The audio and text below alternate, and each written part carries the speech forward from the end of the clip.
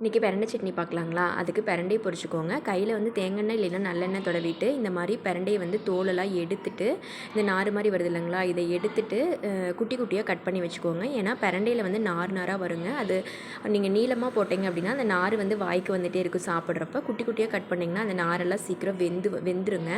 அதனால் இந்த மாதிரி வந்து பிரண்டையை நல்லெண்ணெய் ஒரு பேனில் வந்து நல்லெண்ணெய் ஊற்றி இந்த மாதிரி பிரண்டையை வந்து ஃபஸ்ட்டு தனியாக வதக்கி எடுத்து வச்சுக்கோங்க. அப்புறம் ஒரு 20 பல் பூண்டு போட்டுக்கோங்க. அதே எண்ணெயில் வந்து 20 பல்ல பூண்டை ஃபஸ்ட்டு போட்டு ஓரளவுக்கு வதங்கினதுக்கப்புறம் ஒரு 20 சின்ன வெங்காயம், உங்களுக்கு காரத்துக்கு தேவையான அளவு வரமிளகா, ஒரு கொத்து கருவேப்பிலை போட்டு நல்லா வதக்கிக்கோங்க.